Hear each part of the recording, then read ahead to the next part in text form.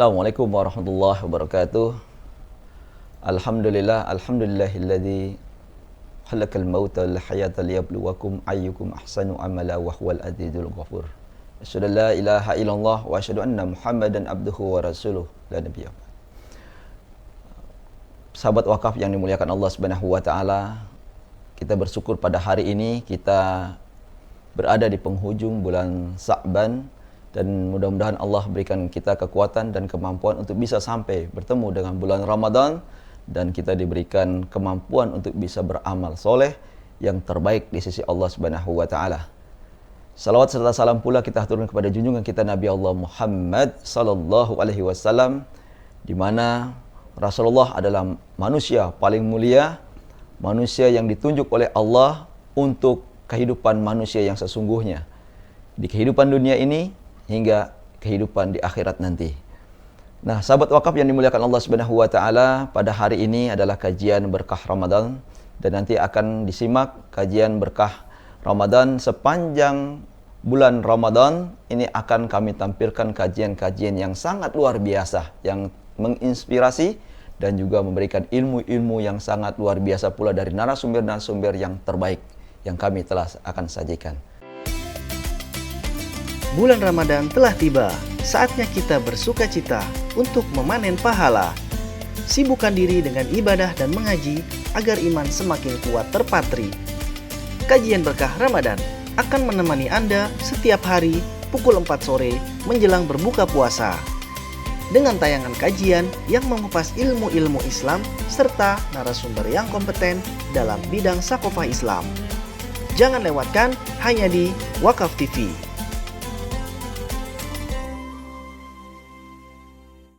Sahabat wakaf yang dimuliakan Allah Subhanahu wa taala, pada hari ini tema kita adalah sambut Ramadan, tingkatkan ilmu dan eratkan ukhuwah.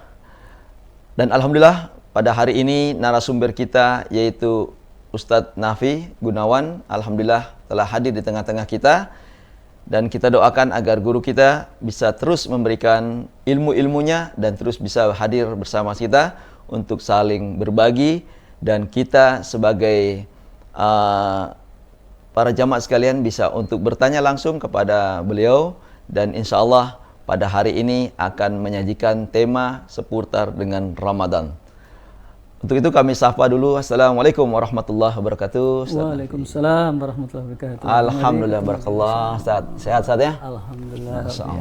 Aktivitas sangat padat ya. Jadi pada hari ini kami mengajak Ustadz untuk bisa memberikan ilmu dan juga memberikan sesuatu yang terbaik buat sahabat wakaf sekalian.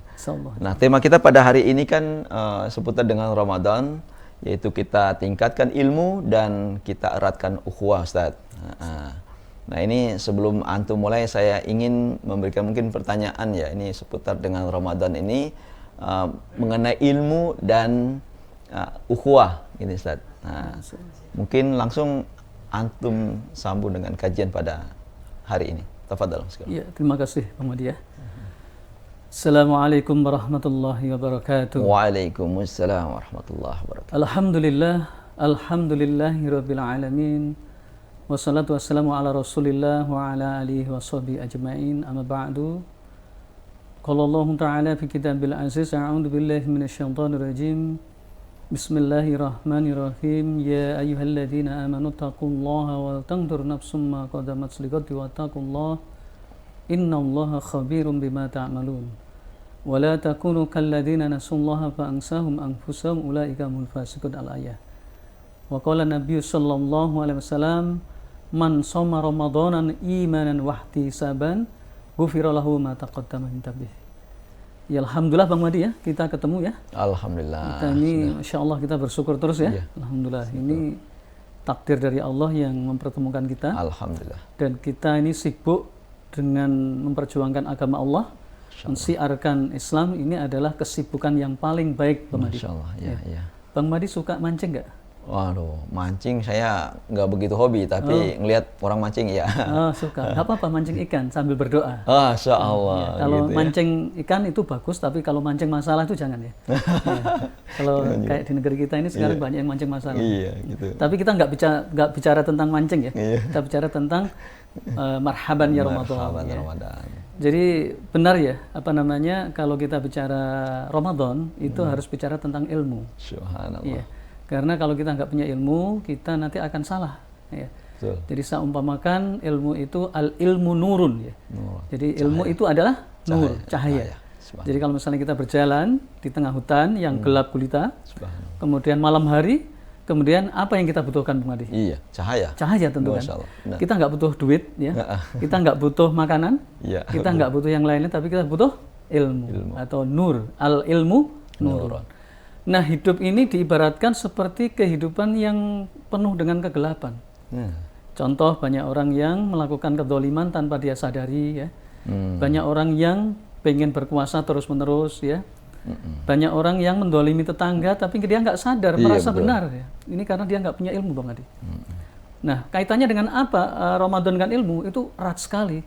Jadi ilmu itu adalah sesuatu yang memberikan jalan menuju yang terbaik, jalan yang membedakan al-farqu bainal haq wal batil. Ya. Jadi kalau orang itu beribadah tanpa menggunakan ilmu, pasti dia akan mengalami kesalahan dan kesulitan. Yang lebih parah, Bang Adi, ya.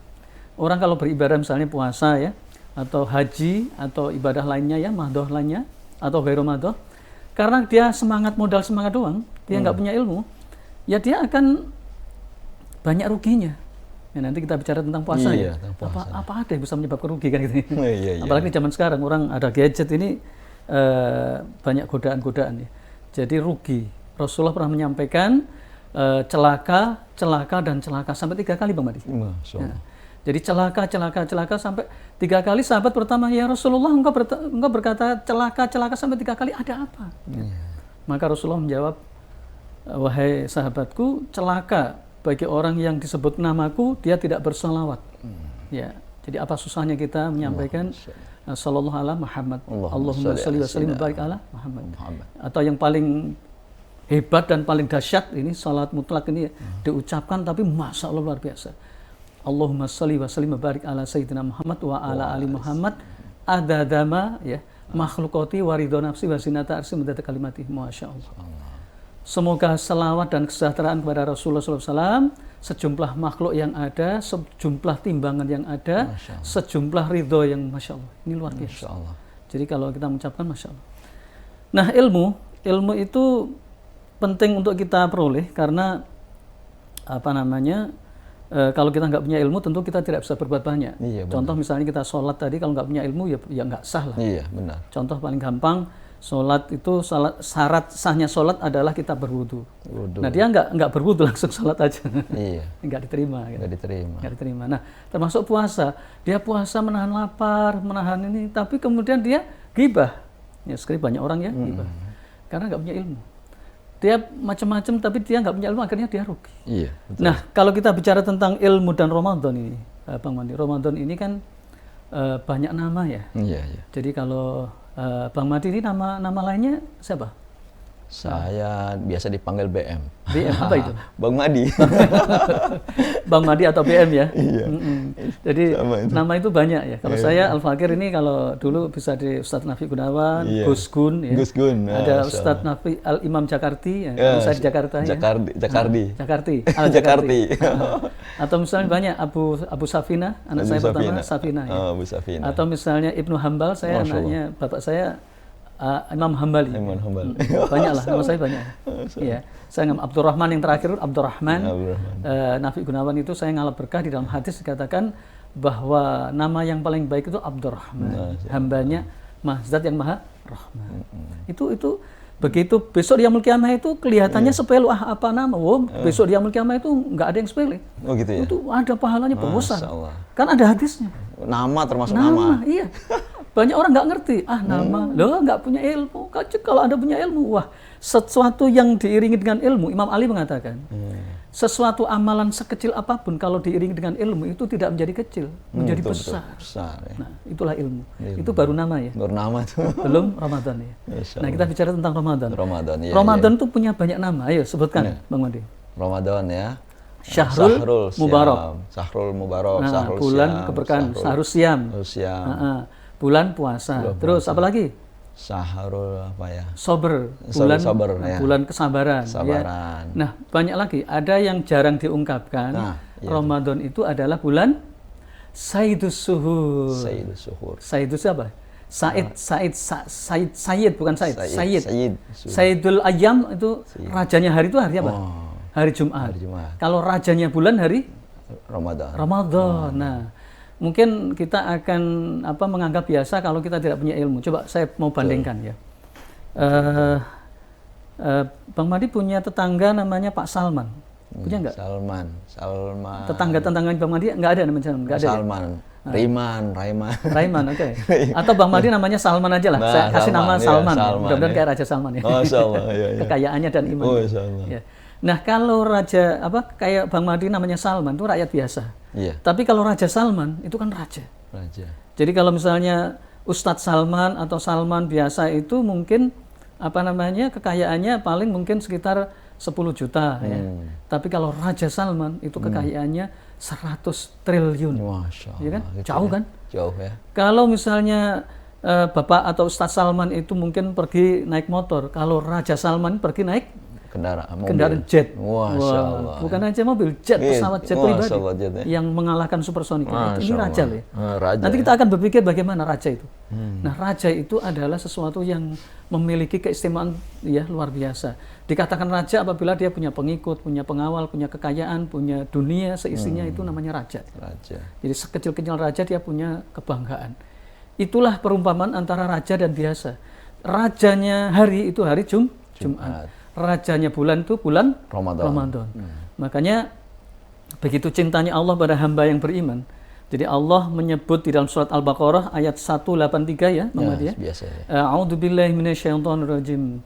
A'udzu billahi minasyaitonir rajim. Bismillahirrahmanirrahim. Ya ayyuhalladzina amanu kutiba 'alaikumussyam kama kutiba 'alal ladzina min qablikum la'allakum tattaqun. Ini saya agak tua jadi suaranya agak. Masya Allah. Kalau saya muda suaranya suaranya begitu ya. Ini tua masalahnya. Jadi sudah mau punya cucu insyaallah doakan. Iya. Ya ayyuhalladzina amanu itu nidaul rahman. Jadi sebutan yang begitu indah dari Ar-Rahman ya. Makanya kalau misalnya sebutan, kalau kita manggil orang, panggillah dengan mulia ya. Mulia. Ya, Allah panggil hamba orang beriman ini dengan ya ayyuhalladzina amanu. Hai orang-orang yang beriman. Jadi ada panggilan itu ya ayyuhan nas ya. Ya wahai manusia, kalau itu biasa. Bahkan ada ya ayyuhal kafirun. Hai orang-orang kafir, itu untuk orang-orang kafir. Nah, orang kafir dipanggil kafir pun dia nggak mau. Karena panggilan itu buruk banget. Iya kan? Kan? Kalau dipanggil hai orang beriman, wah senang kan? Senang. Ya. Jadi panggilan aja itu senang. Apalagi ini perintah kan gitu kan. Wahai orang-orang beriman, ya, kutiba alaikumussyam, telah diwajibkan kepada kalian untuk berpuasa. Kama kutiba alal ladzina min qablikum la'allakum tattaqun, ya. Di situ ada rahasianya, kita buka rahasianya ya. Sebagaimana diwajibkan atau furidho min qablihim, sebelum kalian ya, maka dulu di zaman Bani Israel itu ada puasa sehari, puasa tidak di zaman Nabi Daud alaihissalam ya. Ada di masa-masa sebelum Islam itu ada wajib berpuasa ya. Maka kita oleh Allah atas rahmatnya Allah kita dikasih kewajiban 1 bulan di dalam 1 tahun kewajiban untuk berpuasa. La'allakum tattaqun itu kalau diartikan ke dalam bahasa Indonesia itu agar kalian bertakwa. Tapi sejatinya tafsirnya nggak begitu. Kalau bahasa Indonesia kan arti ya. La Allah itu pasti gitu ya, dengan izin Allah. Karena seruan tadi orang-orang beriman. Allah sengaja menggunakan seruan orang beriman karena orang beriman itu adalah orang yang sami'na wa ata'na kan gitu kan. Sedangkan manusia tidak. Kalau manusia itu ada yang ingkar, ada ini. Tapi kalau orang-orang beriman ini adalah orang yang sami'na wa ata'na. Oleh karena itu Allah kasih namanya la'allakum tattaqun. Ya, linailal taqwa. Ya, agar engkau mendapatkan takwa. Mendapatkan ini pasti ya. Pasti. Karena pemberian Allah Ta'ala. Ya. Maka apa yang dimaksud takwa di sini adalah imtithalu awamirillah wa ijtinabun nawahi. Jadi engkau melaksanakan perintah, seluruh perintah Allah tanpa nanti, tanpa tapi, atau tanpa lagi-lagi. Ya. Kapan-kapan. Atau wajtinabu nawahi, atau misalnya meninggalkan larangan-larangan Allah tanpa tapi, tanpa nanti, tanpa lagi. Maksud tanpa lagi itu, aduh lagi-lagi, ini lagi-lagi. Nggak boleh gitu ya. Jadi orang beriman itu sami'na wa ata'na. Tapi kalau orang Bani Israil itu sami'na wa angdurna. Kami dengar dan kami tunggu. Tunggu itu kalau enak dilayani, kalau nggak enak ini. Makanya orang-orang beriman, orang Islam itu yang beriman itu Masya Allah luar biasa. Jadi singkat kata, bulan Ramadan ini kenapa begitu mulia? Karena bulan Ramadan ini Syaidus Suhur, yakni rajanya bulan, di mana bulan ini Allah limpahkan kemudahan yang tadinya kita nggak bisa berpuasa ya, kita gampang puasa. Yang tadinya kita misalnya malas-malasan kita tilawatul Quran ya. Bang Mahdi kalau di Ramadan itu kira-kira berapa kali khatam? Saya biasanya kira-kira bareng-bareng teman-teman aja. Ikut teman-teman. Ramadan iya. Biasanya mungkin tujuh kali khatam. Iya. Masya Allah itu kebanyakan itu. Ya enggak, insya Allah gitu. Insya Allah, Allah Karena Akbar. setelah ini kita meninggal juga nggak tahu lah. Iya kita, Masya Allah ya. Jadi kalau permintaannya seluruh orang yang meninggal dunia, teman-teman kita yang kena COVID itu ya, atau yang di COVID-kan itu, permintaannya, ya Allah saya pengen hidup 1 hari di bulan Ramadan. Karena mereka tahu sudah. Iya. Maka kita niatkan, kita sungguh-sungguh kalau bisa di Ramadan ini 5 kali hatam atau 7 kali hatam. Masya Allah. Masya Allah. Mudah-mudahan. Masya Allah. Ya ini Ustaz tentang Ramadan sendiri ini kan sangat istimewa ya bulan Ramadan ini, ya kan. Nah ini bagaimana nih Ustaz tentang keistimewaan bulan Ramadan ya kan dibandingkan dengan bulan-bulan yang lain, tentang tadi itu peristiwa apa saja yang terjadi di bulan ini ketika dikatakan sebagai bulan istimewa gitu Ustaz, sehingga dianggap sebagai istimewa dalam bulan ini. Iya, Ramadan ini memiliki keistimewaan yang luar biasa. Yang pertama tadi namanya aja banyak ya, Syahrul Mubarak, Syahrul Sabr, ya, Syahrul Siyam, ya, Sayyidus Suhur dan seterusnya banyak sekali. Dan Ramadan ini kalau kita tilik dari sisi sejarah itu memiliki keutamaan yang luar biasa. Yang pertama, segala peristiwa penaklukan atau kejayaan Islam itu terjadi di bulan Ramadan. Bahkan saya punya kitab tentang peristiwa yang terjadi di bulan Ramadan ya Pak Madi. Itu mulai hari pertama sampai hari ke-29 atau 30 itu sayang saat ini nggak bawa ya. Itu mulai dari misalnya Perang Badar ya. Di zaman Rasul Perang Badar itu bulan Ramadan ya. Kemudian yang lebih hebat lagi apa? Diturunkannya Al-Quran. Itu bulan Ramadan. Makanya diperingati insya Allah tanggal 15 atau 17 saya ngisi bulan Nuzul Quran di daerah Selipi sana, Kebon Jeruk ya. Oh iya ya. Nah, terus kemudian diturunkannya Taurat dan Zabur, Injil itu bulan Ramadan. Taurat Zabur ya. Seluruh kitab-kitab suci dari langit ya, dari langit itu bulan Ramadan. Jadi Ramadan ini memiliki keutamaan yang luar biasa. Islam masuk ke Eropa bulan Ramadan. Islam masuk ke Afrika bulan Ramadan. Islam mengalami kejayaan bulan Ramadan banyak. Ya. Jadi kalau kita klik kapan-kapan Bang Dir ke rumah ya. Masya Allah. Ada, saya itu sangat tebel, ya. Itu yang disebut istimewanya itu ya. Masya Allah, Ramadan itu sangat luar biasa ya. Tanggal 1 apa saja ada, tanggal 2 apa saja. Ya saya nggak hafal ya, karena banyak, tebel banget. 500 atau 600 halaman. Itu per hari ya, disebutkan Ramadan ini sekian Ramadan. Makanya Ramadan ini Masya Allah, saya nggak bisa bayangkan dulu sahabat itu perang ya Bang. Bulan perang. Ramadan. Ya. Kalau kita puasa aja luar biasa. Perang. Jadi Masya Allah. Inilah yang menjadi keutamaan bulan Ramadan. Iya nih Ustaz, ini kan umat Islam ini begitu antusias ya ketika datangnya bulan Ramadan. Ini biasanya yang terjadi itu kan mereka sambut dengan gegap gempita, ya kan, dengan segala macam pernak-pernik, mau persiapkan untuk ketaatan. Tapi ketika Ramadan itu kembali, ya kan meninggalkan mereka kembali lagi sedia kala. Tahun lagi begitu lagi, ya enggak? Sehingga kembali lagi Ramadan datang, mereka sambut dengan gegap gempita. Tapi ketika Ramadan telah meninggalkan mereka, mereka lagi kembali ke sedia kala. Jadi memang inilah kemunduran umat Islam nih selama ini yang menjadi sehingga kita menjadi bulan-bulanan kedoliman dan juga akhirnya mereka berani dengan kita. Nah ini Ustaz, ini apakah sudah sesuai nih dengan sunnah Rasulullah SAW, ya kan? Atau bagaimana gambaran nih bulan Ramadan di zaman Rasulullah ini? Jadi ini apakah sudah sesuai gitu? Mungkin ada yang selama ini kekeliruan yang terjadi di tengah-tengah masyarakat ketika mereka menyambut Ramadan itu sendiri. Nah ini bisa dijelaskan, Ustaz? Iya, jadi kembali ke tema kita ya. Iya. Kita meningkatkan Ramadan dengan meningkatkan ilmu dan ukhuwah ya. Ukhuwah. Maka ini penting Bang Madi ya. Iya. Jadi ilmu ini yang tadi saya sampaikan, ilmu nurun. Ilmu itu adalah cahaya. Nah ketika kita nggak punya ilmu dalam beribadah, kita mudah futur. Futur itu putus asa. Bahkan salah ya. Tadi saya sampaikan ketika ibadah nggak diiringi dengan ilmu, itu Masya Allah. Jadinya kita nggak sadar kalau itu nggak diterima, kita enteng-enteng saja. Kenapa? Iya. Karena kita nggak punya ilmu. Ya kan?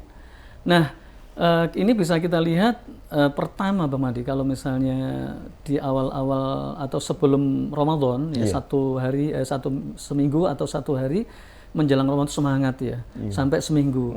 Saking semangatnya itu, ini mohon maaf, ini banyak para mubaligh, para penceramah, para ustadz yang banyak melakukan kesalahan-kesalahan ya.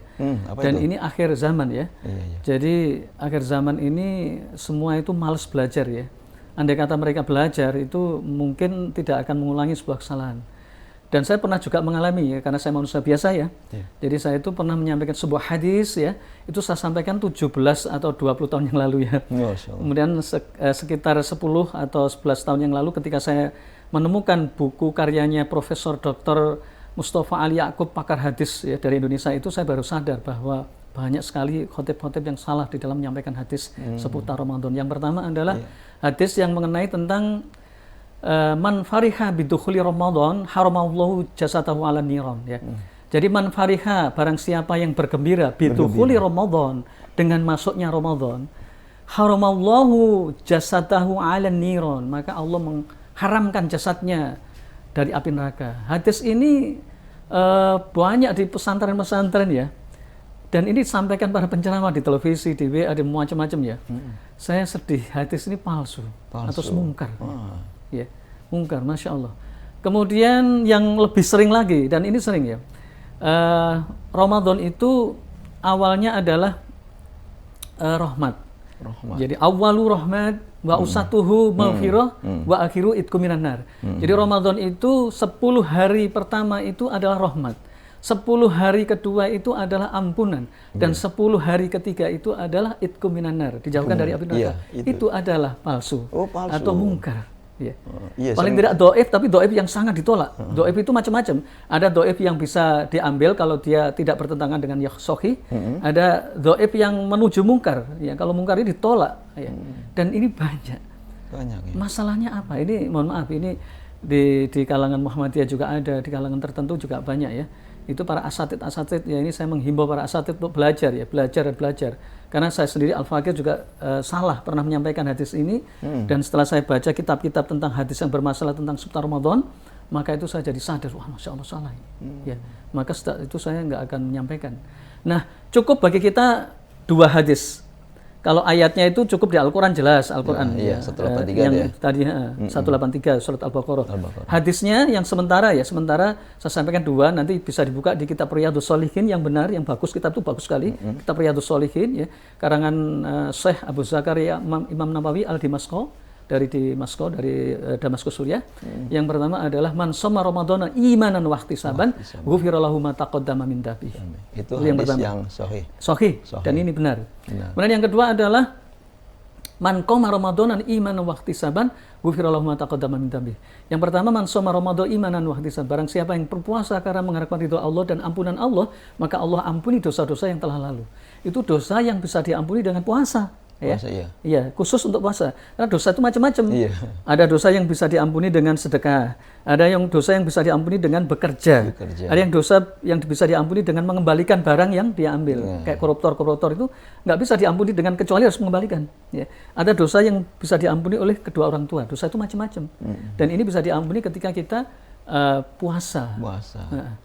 Nah, ini singkat kata begitu ya. Jadi banyak orang semangat, begitu semangat dia baca hadis-hadis yang tidak benar alias mungkar, Mungkar, ya. mardud, atau misalnya doib yang sangat parah. Doib itu macam-macam, yang tingkat parahnya yang parah itu ini. Lu kan berat, enggak berat. Belajar itu wajib. Iya. Makanya dalam Islam itu thalabul ilmi fardhatun ala kulli muslimatin muslimah wal muslimatin, ya muslimin wal muslimatin minal mahdi ilal lahdi, ya. Jadi kewajiban mencari ilmu agama itu kewajiban laki-laki muslim dan perempuan mulai dari ayunan sampai ke liang lahat. Jadi makanya saya beli buku ini. Ya. Saya kumpulkan buku karena saya takut amalan saya nggak diterima, kan bahaya kan. Ya. Nah, kemudian yang kedua ini yang salah ya. Kalau yang kedua tadi dari sisi, yang pertama dari sisi ilmu ya. Ini banyak hadis-hadis palsu yang disampaikan ya. Yang kedua ini dari sisi fakta di lapangan ya. Jadi banyak orang yang mencuri di bulan Ramadan. Mencuri atau rugi. Kalau bisnis itu rugi. Allah kasih namanya modal 1 juta, tapi kita tekor 5 juta. Berarti kan rugi kan? Rugi itu. Modalnya 1 juta, tekornya 5 juta, minus. Ya. Allah kasih yang namanya bonus. Jadi Ramadan ini bonus. Kalau ibarat kata, kalau kita lihat di supermarket itu ada kata bilang gini, buy one get 5. Ya. Beli 1 dapat 5. Ya. Jadi misalnya beli 1 jus harganya 10.000, dapat ini kan enak berarti. Iya. Kalau manusia kan menipu ya, kalau Allah kan nggak penipu. Ya. Allah kan kasih yang namanya kemudahan, kemurahan, keberkahan, kehidupan, dan Masya Allah. Makanya Rasul menyampaikan celaka bagi orang yang menemukan bulan Ramadan nggak masuk surga, itu celaka banget. Ramadan itu setiap gerak-gerik itu ibadah itu, waduh Masya Allah. Itu yang nganggur, mancing tadi ya, Bismillahirrahmanirrahim, plung gitu kan. Subhanallah, subhanallah. Nunggu ikan, subhanallah, subhanallah. Bulan Ramadan dilipat gandakan. Subhanallah, alhamdulillah, alhamdulillah. Itu yang ringan-ringan. Kalau pengen tak ajari zikir yang keren, Subhanallahil adzim adada makhluqati wa ridha nafsi wa sinata arsi wa midada kalimati. Ya. Itu Masya Allah. Namanya zikir mutlak. Jarang orang yang tahu ini. Ini khusus Lebah Madi dan jamaah. Kalau menyampaikan ini, sampaikan 5 kali, sama dengan pahalanya itu 4 jam. 4 jam. Zikir biasa. 5 kali, bacanya 5 kali. 5 kali. Itu sebanding dengan zikir 4 jam. 4 jam. Selama 4 jam. 3-4 jam.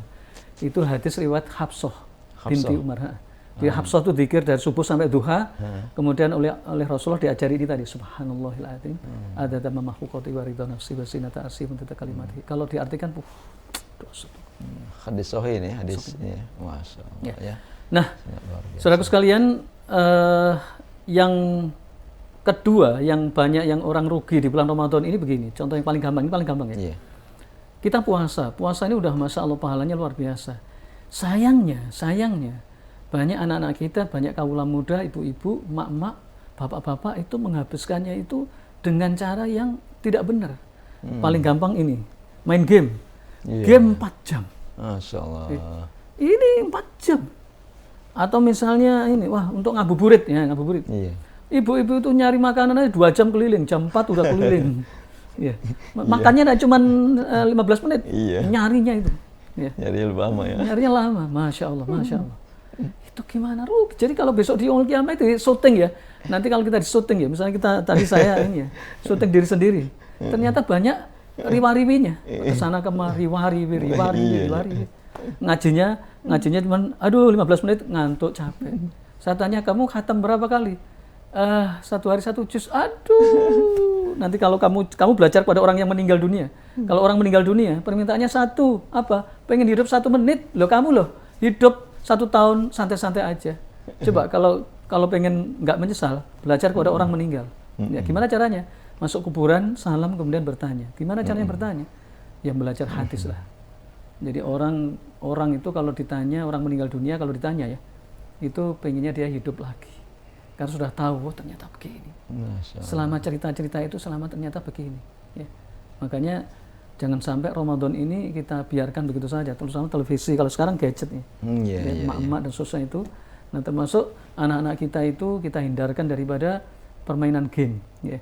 Permainan game, kemudian permainan yang hura-hura di sini ada TikTok macam-macam ya. Ya kalau TikToknya baik sih nggak masalah, tapi kalau bagus ya, kalau buruk parah ya. Karena ini YouTube, TikTok ini dan Instagram ini kan umum ya. Iya. Ya, bisa baik, bisa benar dan susah. Mubah jadinya ya. Ya, mubah tapi tergantung ininya. Kalau misalnya banyak yang buruknya ya kita Iya. hindar. Makanya kalau ngisi-ngisi yang baik aja.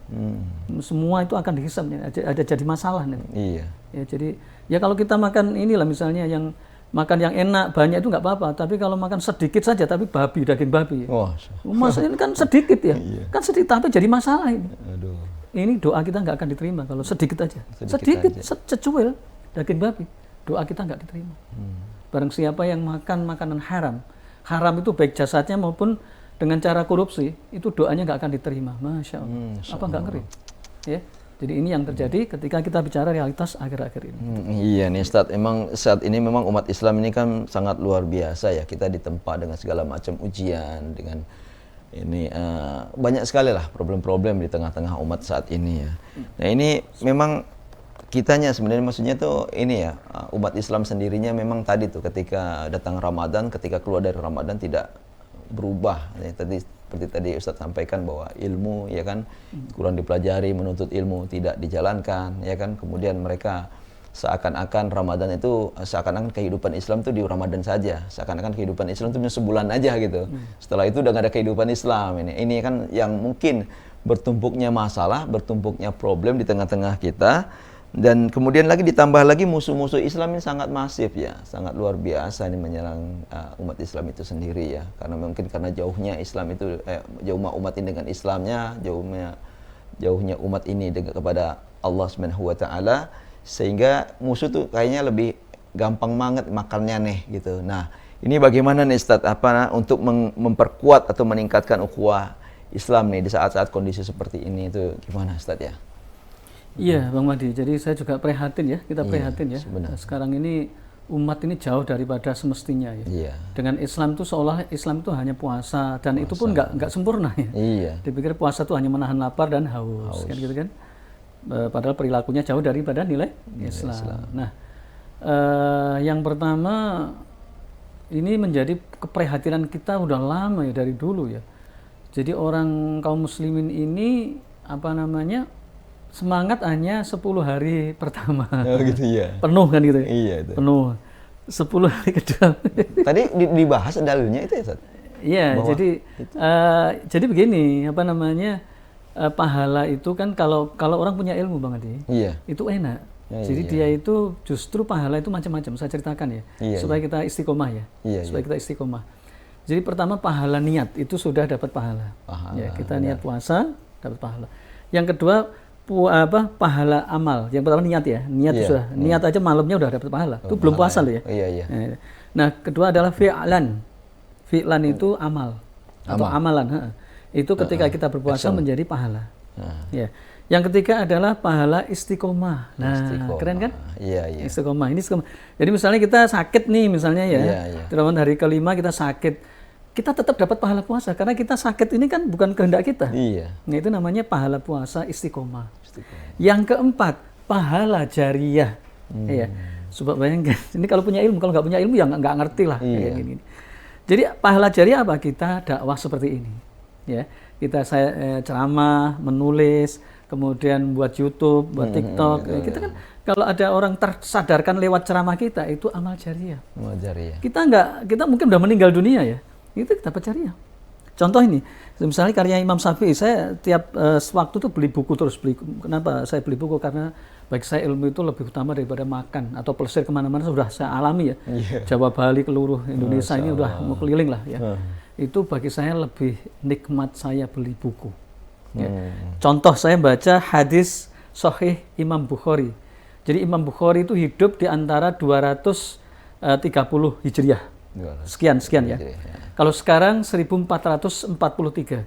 Sekarang. Kira-kira 1200 tahun yang lalu Imam Bukhari hidup. Sampai sekarang dapat pahala seluruh muka bumi ini. Masya Allah, iya. Jadi manusia seluruh muka bumi baca hadis Sahih Bukhari dapat pahala kirim. Iya. Apa enggak enak? Iya. Ya kan? Jadi yang keempat itu tadi amal jariyah.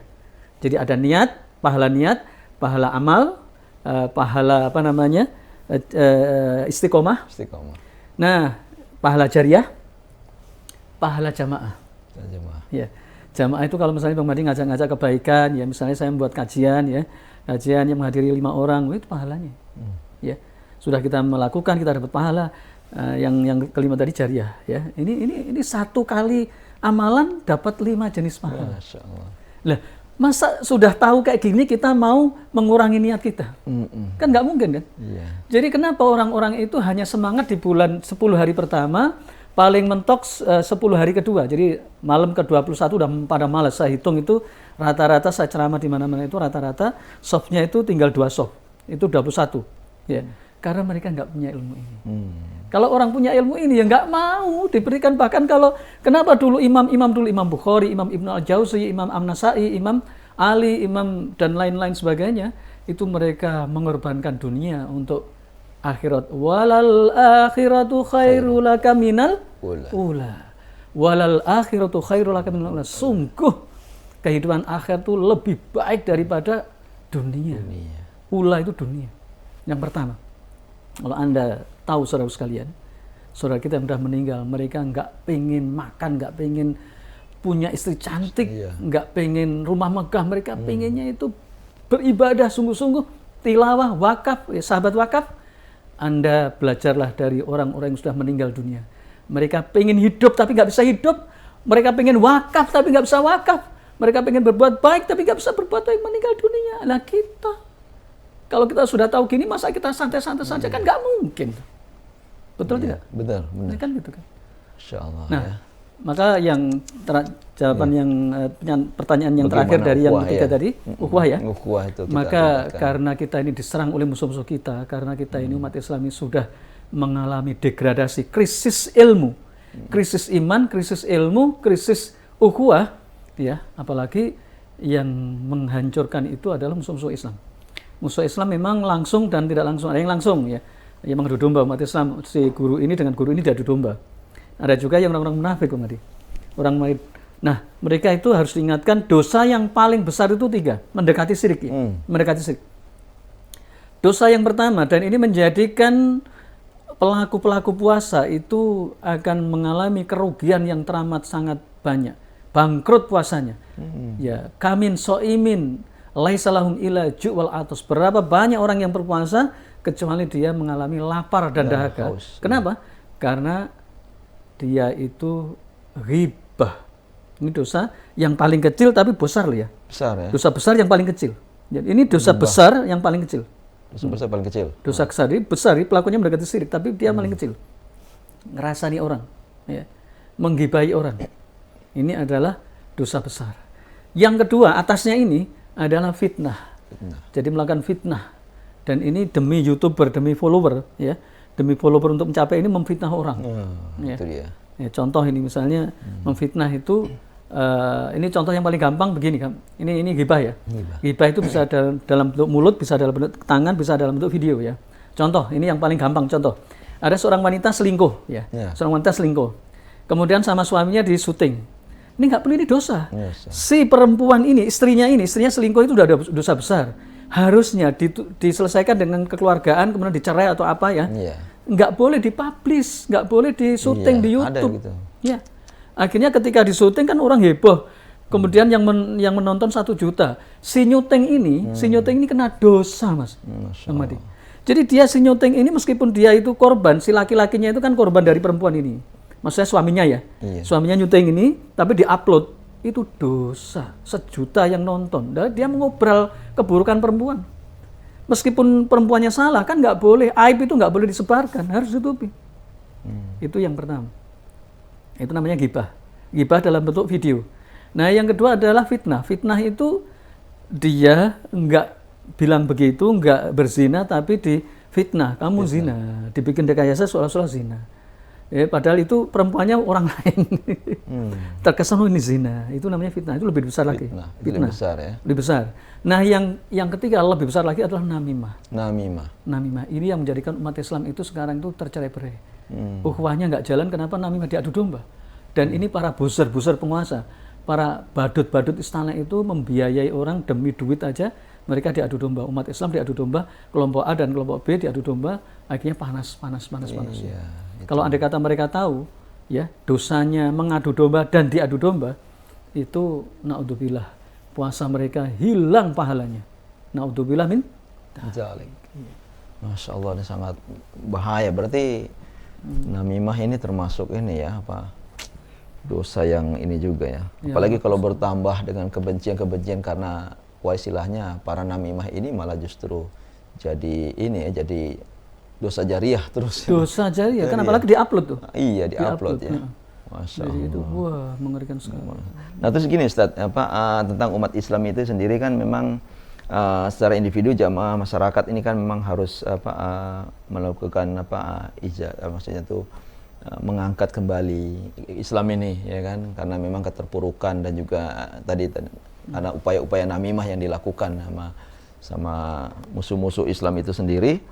Ini kan menjadi umat Islam itu justru tidak lagi mengangkat Islamnya, takut dengan Islamnya, fobia terhadap Islamnya, padahal Islam itu sendiri. Nah kemudian disinilah bagaimana kita tuh mengangkat atau menjadi izah Islam itu tampil gitu, kembali lagi agar kemuliaan Islam ini kembali lagi di tengah-tengah kehidupan dunia yang saat ini nih Ustaz. Bagaimana ini upayanya Ustaz? Iya, iya Pak Madi. Jadi ada satu kesedihan, tapi di balik kesedihan itu ada kegembiraan. Ya. Kesedihan pertama, kita hidup di akhir zaman, di mana kita tidak punya yang namanya daulah Islamiyah. Kita nggak punya negara Islam, ya. Yang ada negeri-negeri Muslim. Ya. Kalau dulu di zaman Rasulullah sampai pada Perang Dunia Kedua 1924, itu kita punya negara di Turki Utsmani, di Madinah, di Damaskus Suriah, kemudian di Irak, itu negara Islam yang melindungi umat Islam seluruh muka bumi ini. Jadi kalau ada umat Islam yang bermasalah itu diselesaikan oleh negara Islam. Ya. Nah sekarang ini kita nggak punya itu sehingga umat Islam tercerai-beraikan itu kita nangis. Ya. Memang ada di dalam hadis di bab tentang babul akhir zaman itu dikatakan belum datang hari kiamat sebelum umat Islam itu mengalami penderitaan yang luar biasa, sampai-sampai umat Islam itu berdoanya seperti orang mau tenggelam gitu ya. Jadi kita ini sekarang ini, jadi saya sedih sekali luar biasa ketika melihat kondisi umat Islam ini yang satu sama lain diadu domba. Kemudian umat Islam sendiri nggak ngerti tentang syariat Islam, sehingga gimana ya kalau nggak ngerti ya. Orang kalau nggak ngerti kan biasa-biasa saja. Iya. Contoh misalnya begini, kalau saya nggak kenal dengan Bang Madi, kita ketemu di bandara, kita ketemu di mana kan namanya juga nggak kenal ya. Kenal, ya. Tapi kalau kita kenal misalnya, kita kenal, gimana kabar Bang Madi? Ketemu di misalnya di jalan, nanti kita ini beli ini, ketemu kan asik gitu ya ngobrol. Itulah Islam dengan umat Islam ini seolah-olah kita nggak kenal. Iya betul. Gitu. Nah itu sedihnya. Nah gembiranya adalah justru di akhir zaman ini Rasulullah mengabarkan bahwa kita mempraktekkan Islam itu seperti kal qomdi ala zamroh. Jadi seperti memegang bara api. Ini bara api. Kalau kita pegang kan panas. Kalau kita buang kita masuk neraka. Iya, lepas. Nah, ini apa maksudnya? Maksudnya kalau kita mengamalkan Islam secara kafah, secara sempurna, ini memang diserang sana sini. Dituduh fundamentalis, radikalis, teroris dan ISIS macam-macam. Maka pada saat itu Rasul menyampaikan pelaku-pelaku kebaikan di akhir zaman, di mana indal fasadil ummah, ketika umat ini fasad, ketika umat ini rusak, pelaku-pelaku kebaikan itu akan mendapatkan pahala 60 sahabat. 60 sahabat. Ini yang membuat kita senang. Iya. Jadi kita tidak akan putus asa untuk berdakwah ya. Termasuk di Bang Madi kita buat video, kita siarkan ya.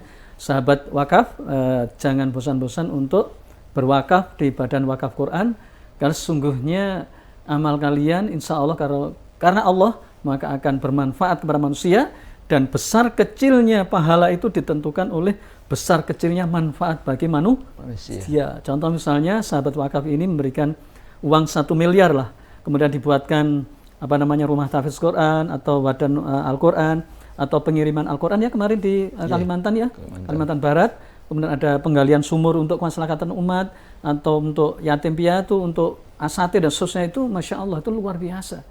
Maka coba bayangkan, ini misalnya uang yang kalian sahabat wakaf sekalian berikan, kemudian diberikan kepada penghafal Quran, misalnya anak-anak penghafal Quran. Anak-anak umur 10 tahun itu kan makan dari harta yang disedekahkan dari Badan Wakaf Quran, itu menjadi darah. Dan darah itu mengalir dengan nilai Quran, itulah amal jariah. Selama anak itu hidup, coba bayangkan 10 misalnya meninggalnya 70 tahun ya, Iya. itu berapa? 60 tahun itu mengalir terus sama gak enak ini. Makanya justru sekarang ini saya menghimbau pada siapapun, pada diri saya sendiri, anak saya, keluarga saya, jamaah saya, sekarang ini saatnya memang kita sedih melihat kondisi ini, tapi justru ini bagus bagi kita untuk berjuang, untuk berdakwah, berjihad di jalan Allah, karena Allah kasih yang namanya lewat Rasulnya kabar gembira, ketika kita berbuat baik maka pahalanya 60 kali sahabat Rasulullah. Kenapa? Karena sahabat Rasulullah itu kan ada Rasulullah kan, ada sahabat lain, nggak ada televisi, nggak ada WA, nggak ada WA, nggak ada YouTube, nggak ada Instagram. Nah, kalau sekarang kita Udah banyak banyak ya. godaan-godaan, wajar. Masya Allah, Ya. Jadi itu makanya kita maksimalkan, termasuk wakaf ini. Banyak orang mengira wakaf itu harus banyak, enggak. Wakaf itu prosentase. Ya. Makanya Abdurrahman bin Auf itu dikatakan oleh Rasulullah lewat Aisyah, ya. Rasul bersabda kemudian disampaikan oleh Aisyah kepada Abdurrahman bin Auf. Jadi Abdurrahman bin Auf itu masuk surga dengan cara merangkak. Ya. Kaget itu, kaget. Padahal dia udah infak banyak, ya, banyak banget. Tapi kok masuk merangkak? Masalahnya kekayaan Abdurrahman bin Auf itu super banyak. Ya. Misalnya Bang Madi ngasih ke Badan Wakaf Al-Quran misalnya 1 M. Bagi saya, wah banyak Bang Madi ngasih wakaf 1 M. Padahal kekayaannya Bang Madi 1 triliun. Berapa persen coba? Ayo. Iya. 1%. Ya. Ya kan? 1 triliun itu 1.000 miliar. Kalau ngasih 1 miliar berarti kan 1%. Iya. Coba kalau misalnya Bang Madi ngasih 1 juta, uangnya Bang Madi misalnya 20 juta, itu berapa? 2%. Iya. Nah sekitar itu. Jadi jauh. Makanya dalam hadis dikatakan 1 dinar mengalahkan 100 dinar. Ya. Atau 1 dinar, jadi begini, ada 3 orang begini. Ya Rasulullah, saya menginfakkan 100 dinar. Kekayaan saya 100 dinar, saya berikan semua. Bagus. Kemudian ada orang kedua bilang, ya Rasulullah, saya menginfakkan 10 dinar. Uang saya cuma 10 dinar. Nah, itu orang kedua ya. Orang ketiga, ya Rasulullah, saya cuma 1 dinar, uang saya cuma ini doang. Nggak punya apa-apa. Maka Rasul menyampaikan, kalian pahalanya sama. Sama, berarti 1 dinar sama dengan 10 dinar sama 100 dinar sama. Coba bayangkan, 1 dinar berapa sekarang? Iya. 1 dinar itu 4,2 gram emas. Iya. Kalau 1 gram emas berapa? 1 juta? 1 juta. 1 juta misalnya ya. Sekitar 4 juta sekian ya, 4 juta 250 atau 4 juta setengah misalnya ya. Itu sama kalau dikalikan 10. Ya, satunya itu 4 juta 500, satunya itu 45 juta, satunya itu 450 juta, itu pahalanya sama. Berarti apa ini? Persentase. Jadi sahabat wakaf, kalau kita punya duit 1 juta dan adanya cuma itu, 100% mantap, mengalahkan 1 M. Kalau kita punya duit 100.000, adanya itu mengalahkan 1 miliar dan 100 juta. Kalau mereka uangnya banyak dan seterusnya.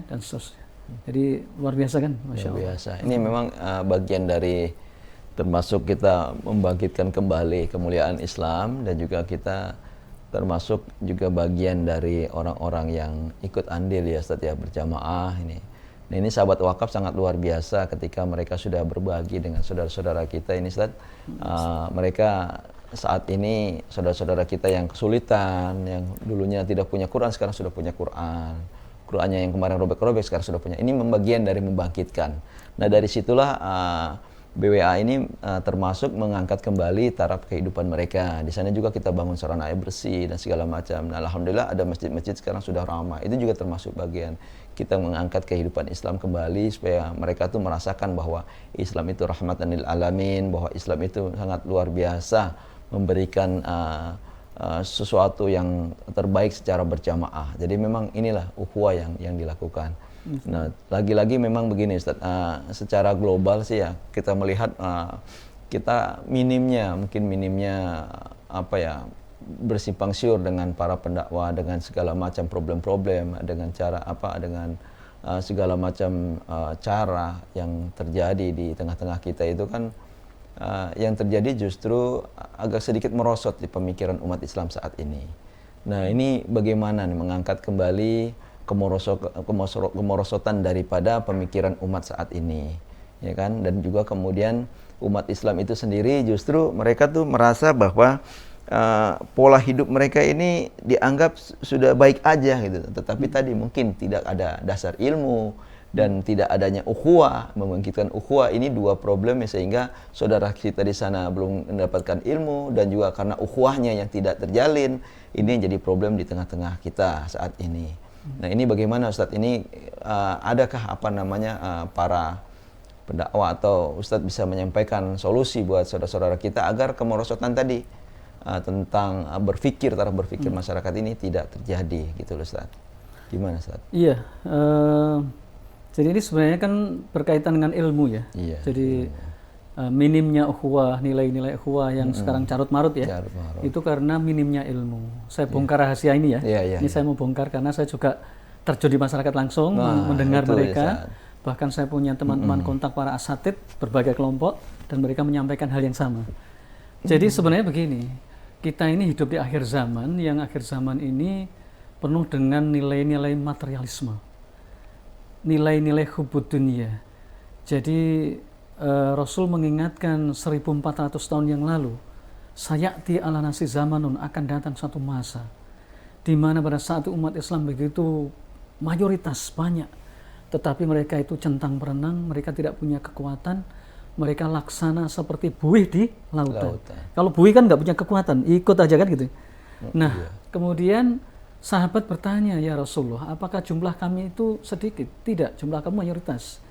Kenapa sampai seperti itu? Kemudian Rasul menyampaikan mereka itu kena penyakit wahan. Ya. Kemudian sahabat nggak tahu mahwal wahan ya Rasulullah. Maka Rasul menyampaikan penyakit wahan itu adalah hubbud dunya wa karahiyatul maut. Jadi cinta berlebihan pada dunia dan takut mati. Takut mati itu diajak jihad nggak mau. Ya. Jadi diajak ngoreksi penguasa nggak mau, diajak ngomong politik Islam nggak mau, diajak pokoknya maunya yang dzikir, ibadah yang adem ayem, dzikir aja. Nanti aku malu, bukan malu, aku takut kalau misalnya di blacklist mengores semua. Nah, cari yang enak-enak jadinya. Cari yang enak-enak. Cari aman. Dzikir, cari aman, zona nyaman, zona nyaman. Zona nyaman. Dzikir. Ya kalau saya lihat ustadz-ustadz yang dzikir itu kan laris manis itu ya. Di order televisi di ini. Tapi kalau keras enggak cocok, nanti rating saya kurang. Nah, itu satu. Yang kedua, hubbud dunia ini menimpa seluruh umat manusia. Jadi baik orang kafir macam-macam, yang paling parah adalah menimpa ustadz, mubalik, asatid, kiai, habaib. Mereka tidak berpikir dakwah untuk lil Islam, lil izah ya. Izah lil Islam ya, atau misalnya untuk keutamaan umat Islam ya, tetapi mereka lil fulus, untuk fulus ya, untuk fulus ya. Maka apa yang terjadi kemudian? Membela yang bayar. Ya. Membela yang bayar. Jadi saya lihat ini teman-teman saya yang sudah kena cobaan dunia, memang duitnya banyak. Banyak. Saya ingat ya tahun 2000 itu saya pernah direkrut ya. Itu kalau saya mau orasi, mau macam-macam, itu dibayar 60 juta. Itu waktu itu ya. Kalau sekarang nggak tahu berapa itu ya. Mungkin bisa 200 juta, bisa 300 juta, itu sekali manggung ya. Untuk partai-partai itu. Wah, itu Masya Allah, ya.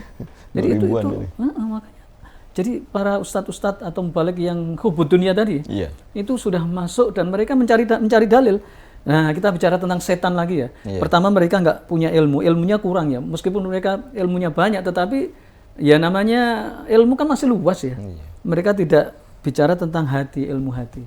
Jadi ilmu yang namanya tazkiyatun nafas, ilmu tasawuf itu harus dimiliki. Ilmu syariat itu harus, satu syariat. Yang kedua ilmu hakikat. Ya. Kalau tidak berbahaya banget. Ya. Syariat halal haram contoh misalnya ya, kita diundang penguasa ya, boleh nggak ya? Kalau diundang ya janganlah. Penguasa harus datang. Ya. Penguasa harus datang ke rumah kita, ke pesantren kita itu. Jangan kita sampai diundang ke sana, bahaya itu. Dan itu ada ilmunya. Ilmu syariatnya ada, ilmu hakikatnya ada, ilmu tarikhnya ada. Nah, rata-rata orang sekarang ini menghalalkan mengotak-ngatik hadis di atas dalil, kan saya mau nasihati, coba nanti nasihati penguasa ya. Sebelum nasihati disuruh makan dulu. Nah, padahal ini setan. Ya. Ulama dulu itu kalau menasihati penguasa itu nggak mau duduk, atau duduk tapi nggak mau minum aja, nggak mau. Dikasih minum nggak mau, langsung ngomong langsung pergi. Dikasih duit ditolak. itulah penguasa. Kalau ulama sekarang belum apa-apa sudah dikasih makan, habis pulangi nggak banyak ngomong, kasih Mercedes, kasih ini, udah hatinya udah. Nah jadinya apa? Jadinya seperti ini, carut marut ini gara-gara hubbud dunya wa karihatul maut. Jadi nilai ukhuwah tidak akan tercipta kalau selama para pejuangnya, ulama, habaibnya, kiai-kiai itu mendukung kedzaliman, kemudian mudah dibeli oleh penguasa dan menindas sesama umat Islam. Itu berbahaya. Itu bahaya ya. Memang Masya Allah. inilah memang jadi problem di tengah-tengah kita. Inilah jadi rayuan-rayuan dunia ini menjadi kita tadi. Akhirnya Islam itu ditinggalkan dan ini akhirnya timbullah kemerosotan keislamannya, sehingga menjadi kehidupan kita ini saling tumpang tindih dengan problem, tumpang tindih dengan masalah, kemudian tumpang tindih dengan segala macam benturan-benturan yang terjadi di tengah-tengah umat saat ini. Nah ini Ustadz, memang di bulan Ramadan ini kita kan mudah-mudahan Allah dibukakan kita dengan ilmu-ilmu yang sangat luar biasa, sehingga kita meninggalkan Ramadan ini kembali kepada diri kita sebagai umat Islam yang benar-benar punya kemampuan dan juga punya semangat untuk mencari ilmu, dan juga kita memperkuat ukhuwah. Sebagaimana tema pada hari ini, yaitu kita tingkatkan ilmu dan ukhuwah supaya kita menjadi orang-orang yang tetap terikat dengan Islam dan kita tetap terjaga terus, karena Islam ini akan membentengi umat Islam dari musuh-musuh Islam itu sendiri, sehingga kita tidak lagi menjadi umat yang terkotak-kotak. Nah ini Ustaz, untuk kesimpulan dari ini kajian kita pada hari ini tentang meningkatkan iman dan juga jalin ukhuwah untuk ditingkatkan. Ini gimana kesimpulannya Ustaz? Sebentar. Ya, jadi alhamdulillah kita di penghujung terakhir ya pembicaraan ini. Jadi yang pertama kita harus bersungguh-sungguh menyambut bulan Ramadan ini dengan ilmu ya, dengan ilmu dan amal. Sebab kalau tidak punya ilmu ya akan rugi lah ya, akan rugi. Bahkan ilmu itu, ilmu agama maksudnya ya, itu nomor satu ya. Bahkan ulama dulu mengatakan kebutuhan seseorang kepada ilmu agama itu melebihi daripada kebutuhan makan dan minum ya. Kalau kita makan dan minum itu cuma 3 kali sehari ya, maka ilmu itu setiap saat. Hembusan nafas ini kita butuh ilmu, sehingga kita duduk ini mendatangkan pahala, kita minum mendatangkan pahala, bahkan kita tidur mendatangkan pahala lebih-lebih di bulan Ramadan ya. Tapi kalau orang tidak punya ilmu ya sudah, semua sudah nggak ada nilainya ya. Bahkan mancing pun saya sering mengumpang mancing ya. Mancing kalau orang punya ilmu itu bismillahirrahmanirrahim. Subhanallah, subhanallah, subhanallah kan wah ya, waktu adzan. Nah.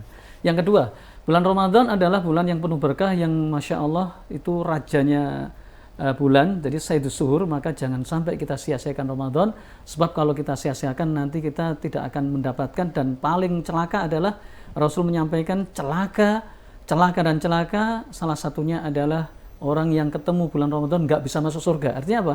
Begitu mudahnya Allah buka keberkahan, kebaikan, kesabaran seterusnya, dan tidak diambil di hadapan kita. Itu ada emas kok nggak diambil, aduh eman, ya rugi, nggak bisa masuk surga gara-gara kita tidak tahu ilmunya. Terakhir, bahwa sesungguhnya carut marut nilai ukhuwah dan seterusnya ini dikarenakan kurangnya kita ilmu, dan kemudian kita hubbud dunya wa karihatul maut. Kita itu mencari dunia secara berlebihan, secara tidak dibenarkan, menjual agama, ya memperkosa ayat-ayat. Bahkan saya tahu itu ya.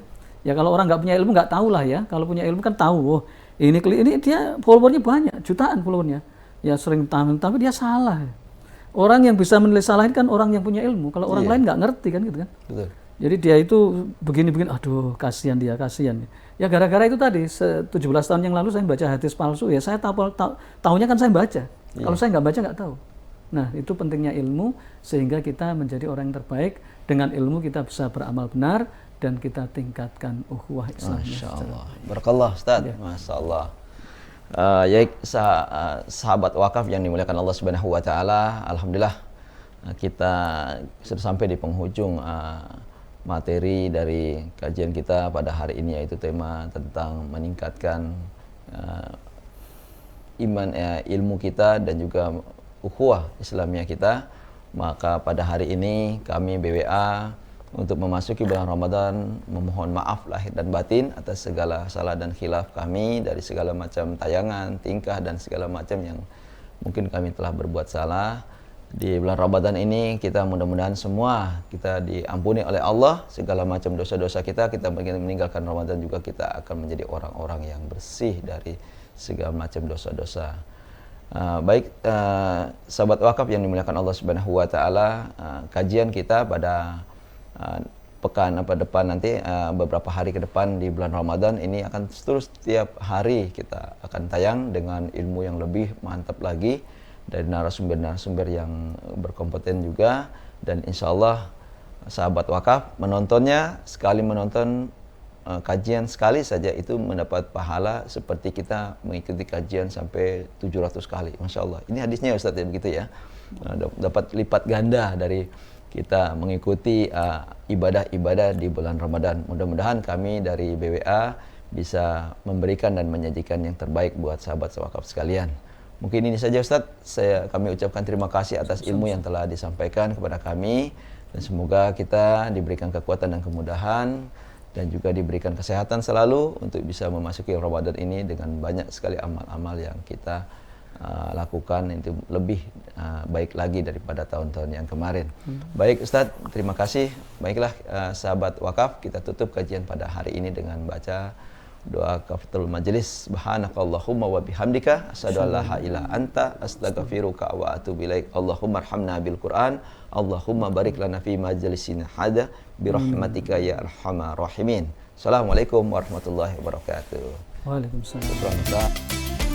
Bulan Ramadan telah tiba, saatnya kita bersukacita untuk memanen pahala. Sibukkan diri dengan ibadah dan mengaji agar iman semakin kuat terpatri. Kajian Berkah Ramadan akan menemani Anda setiap hari pukul 4 sore menjelang berbuka puasa. Dengan tayangan kajian yang mengupas ilmu-ilmu Islam serta narasumber yang kompeten dalam bidang sakofah Islam. Jangan lewatkan hanya di Wakaf TV.